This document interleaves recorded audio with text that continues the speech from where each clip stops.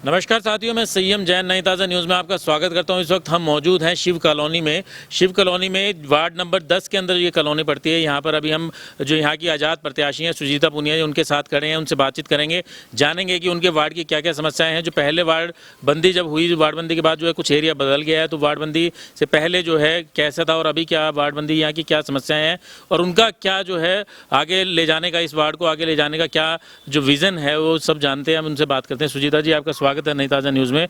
सबसे पहले बताएं कि जो वार्ड नंबर 10 है, अभी वार्ड बंदी के बाद जो है कुछ बदलाव हुए हैं। शिव कॉलोनी, सूर्य नगर है, बीएचपी कॉलोनी है, विद्युत नगर है, तो ये कुछ इलाके हैं जो इसके अंदर शामिल हैं। तो पहले भी आपके जो है ससुर भी रहे हैं, यहाँ से वार्ड से जो है एमसी रहे हैं, तो अभी क्या वार्ड बंदी के बाद जो बदलाव हुए हैं उसको कैसे देखते हैं? पहली बात तो जब पापा एमसी थे तब एरिया थोड़ा सा कम था। अब जैसे कि एरिया बड़ा है, अब की बार और भी ज़्यादा बढ़ गया। जैसे पहले कम वार्ड होते थे, अब जैसे ज़्यादा थे, अब सबको मिला के 20 वार्ड कर दिया। 20 वार्डों में कुल 13,000 किसी में 14 हैं, किसी में 12,000 वोट ऐसे हो रहे हैं। अब अपने एरिया में आ रहा है, जैसे कि शिव कॉलोनी है, सूर्य नगर है, बीएचपी कॉलोनी है, विद्युत नगर है और 7 रोड की कुछ गलियाँ आ रही है। तो अब की बार ये एरिया काफ़ी मिला है, मतलब बढ़ गया है। पहले नहीं था इतना एरिया, तो अब की बार जैसे लोगों के घर घर जा रहे हैं तो समस्याएं भी, जैसे नया एरिया है तो समस्याएं भी ज़्यादा हो रही हैं। जैसे कि हम वार्ड नंबर 10 में अब करें, बीएचपी में हैं, गलियाँ ही नहीं हैं। अपना शिव कॉलोनी का कुछ एरिया है जिसमें पीछे सीवर ही नहीं है, और अपना सूर्य नगर में भी है। जैसे लीकेज की प्रॉब्लम आ रही है कि पानी, लोगों का सुन में आया है कि पानी गंदा आ रहा है। पानी तो आ रहा है लेकिन गंदा पानी आ रहा है, यानी कि कहीं से सीवरेज लीकेज है। तो जिन समस्याओं का अभी तक समाधान नहीं हुआ है और जो समस्याएं हमें सुनने में आ रही हैं, उन सब का समाधान करेंगे।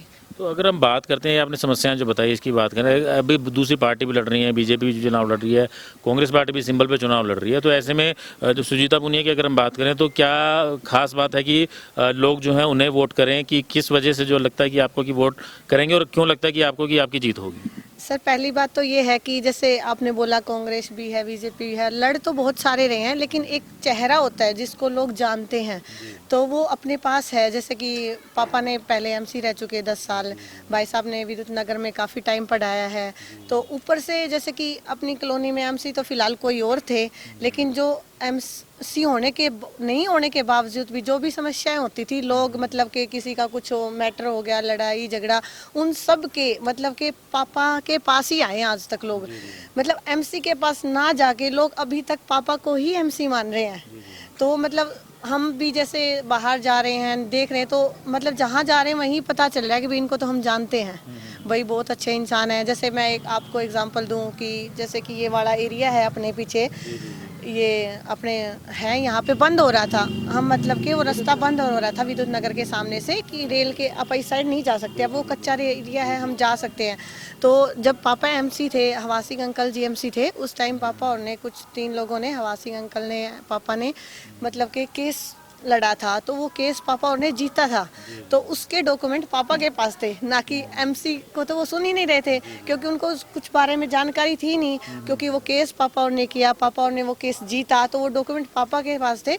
तो पापा डायरेक्ट जाके उनसे मिले, तो वो पापा ने खुलवाया। नहीं तो अब तक ये आने जाने वाला लोगों को बहुत ज़्यादा दिक्कत हो जाती, उधर से घूम के जाना पड़ता।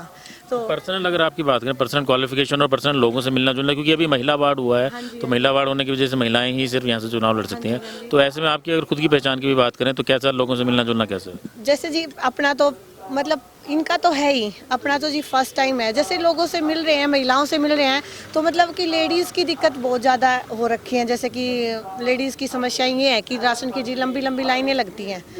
दूसरी दिक्कत ये है कि आंगनवाड़ी वालियों है, जैसे प्रेग्नेंट लेडीज़ को खीर वगैरह मिलती है, वो नहीं मिल रही है। जैसे लेडीज़ से मिल रहे हैं, हमने बात की है कि भाई ये सारी एक ऐसा मतलब माहौल बनाया जाएगा, जिन लेडीज़ जो जागरूक नहीं है, जिनको पता नहीं है कि ये सुविधाएं लेडीज़ के लिए हैं, वो उनको मिल नहीं रही ना, वो बोल रहे हैं, मिल रहे हैं और बता रहे हैं कि महिला सहायता केंद्र खोला जाएगा। मतलब जी आपको कोई प्रॉब्लम आ रही है, कोई डॉक्यूमेंट में आ रही है, आपको कोई सुविधा जो मिलनी चाहिए थी वो आपको मिल नहीं है, भाई बहुत सारी लेडीज़ प्रॉब्लम होती हैं, उन सब के बारे में जागरूक करने के लिए महिला को आप एक महिला सहायता केंद्र खोलेंगे जी, ऐसा आप लोगों से मिल रहे हैं, बता रहे हैं। तो मतलब बहुत अच्छा रिस्पॉन्स लेडीज़ का, आप जैसे लग नहीं रहा कि भाई पहले बार अपना फेस सामने आया है तो हमें जानते नहीं, ऐसा लग नहीं रहा।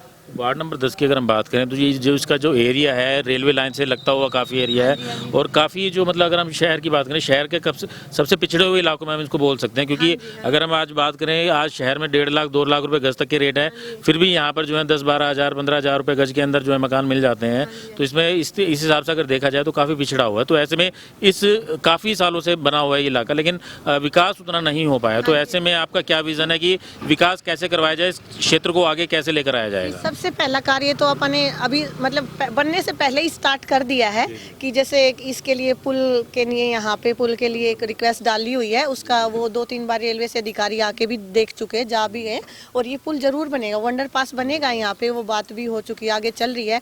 मतलब बनने से पहले ही हमने ये इतना सा और मतलब अभी आप बोल रहे हो थोड़े से रेट कम है तो जैसे ही बनेंगे आप उसके बाद एक बार आप दोबारा आओगे तो आप रेट देख के जाना फिर यहाँ के। एक पूर्व एमसी हैं उनसे भी बातचीत करेंगे जो सूबेदार ईश्वर पूनिया जी हैं, यहाँ से पूर्व एमसी रहे हैं। आप पूर्व एमसी रहे हैं, आपने काम किया है यहाँ पर, जो मतलब आपने देखा है कि बदलाव किस तरीके से हुआ है कि मतलब जो शुरुआत का जो इलाका रहा जो अब वर्तमान में जो इलाका है उसमें आपने बदलाव देखा होगा इतने सालों के अंदर। तो क्या लगता है कि इस इलाके के साथ क्या अनदेखी की गई है या जितनी ज़रूरत है उतना विकास नहीं हुआ? देखो जी, जो विकास होना चाहिए थे वो उतना विकास नहीं हुआ। क्यों नहीं हुआ कि हमारे लोग इधर उधर वोट डालते थे, एक जगह वोट नहीं डालते थे। अब की दफ़ा सावित्री जिंदल को सब ने वोट डाले हैं जिसकी वजह से उन्होंने अंडरपास के लिए 25 नंबर गली सूर्यनगर की है, उसके लिए रेलवे के कर्मचारी अफसर भी आकर देख गए हैं, कर्मचारी भी आकर के देख गए हैं। अगर हमारा ये पास बना देते हैं इनको, इन्होंने किया एक्सेप्ट किया है कि हम बना के देंगे तो इस कॉलोनी के अंदर हमेशा ही विकास रहेगा। क्यों रहेगा कि मेन रोड से जुड़ जाएगी, अभी मेन रोड से जुड़ी हुई नहीं है, इसलिए थोड़ी सी प्रॉब्लम है और इसलिए प्लाटों का भी रेट डाउन है कि आने जाने का रास्ता ठीक नहीं है। सावित्री जिंदल का जिक्र आया तो ये कहा यही जाता है कि शिव कॉलोनी और सूर्यनगर जो इलाका जो बसा वो जिंदल फैक्ट्री की वजह से ही बसा क्योंकि यहाँ काम करने वाले लोगों ने यहाँ बसना शुरू किया और जिंदल हाउस का भी काफ़ी यहाँ पर भी वो रहा है कि विकास कराने का प्रयास किया। तो ऐसे में अब जो फिलहाल जो चुनाव की बात करें तो सावित्री जिंदल जो है बीजेपी को वोट करने की अपील कर रही हैं क्योंकि पार्टी को समर्थन उन्होंने दिया हो। तो ऐसे में जब आज़ाद उम्मीदवार के तौर पर यहाँ से सुजीता पूनिया खड़ी हैं तो ऐसे में क्या समर्थन उनका मिल रहा है या सिर्फ बीजेपी को ही वो वोट करने की अपील कर रही हैं? देखो जी, इसके बारे में हम कुछ नहीं कह सकते क्योंकि वो पार्टी से जुड़ी हुई हैं, हम पार्टी से जुड़े हुए नहीं हैं, हम हैं आज़ाद उम्मीदवार और वो खुद भी सावित्री जिंदल भी आज़ाद उम्मीदवार थी तो हमने उनका साथ दिया था। अभी जो वो है कि भाई उनके लिए तो सब बराबर हैं, सम्मान है, अगर वो फिर उनके लिए आएंगी तो हमें उनका कोई ऑब्जेक्शन नहीं है, वो तो पार्टी के लिए आएंगी तो आएंगी। हमारे लिए हमारी पब्लिक 36 बिरादरी है जो कि हमारे को समर्थन दे रहे हैं, हमारे कदम से कदम मिला के साथ में चल रहे हैं। ये कहा जा सकता है कि मतलब अगर जीतती हैं सुजीता यहाँ से जीतती हैं तो सरकार के साथ मिलकर यहाँ के काम करवा पाएंगी क्योंकि सावित्री जिंदल को जैसा आपने बताया कि समर्थन आप लोगों ने दिया तो मिलकर काम करा पाएंगे। हम जीतने के बाद में अपने बीजेपी के साथ रहेंगे क्योंकि सरकार के साथ रहेंगे तो यहाँ पे अपना विकास हो सकेगा वार्ड का और जो हम वादे करते हैं वो वादे भी हम अपने पूरे कर सकेंगे।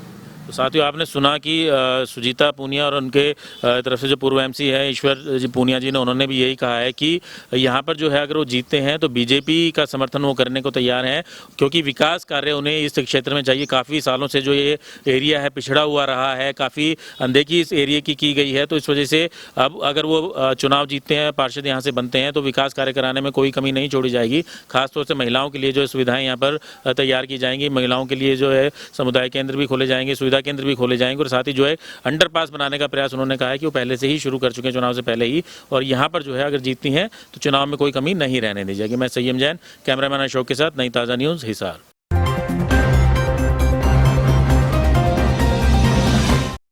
लेटेस्ट वीडियोस के लिए सब्सक्राइब करें हमारा चैनल नई ताज़ा न्यूज़ और दबाएं बेल आइकॉन ताकि आप मिस ना करें कोई भी अपडेट।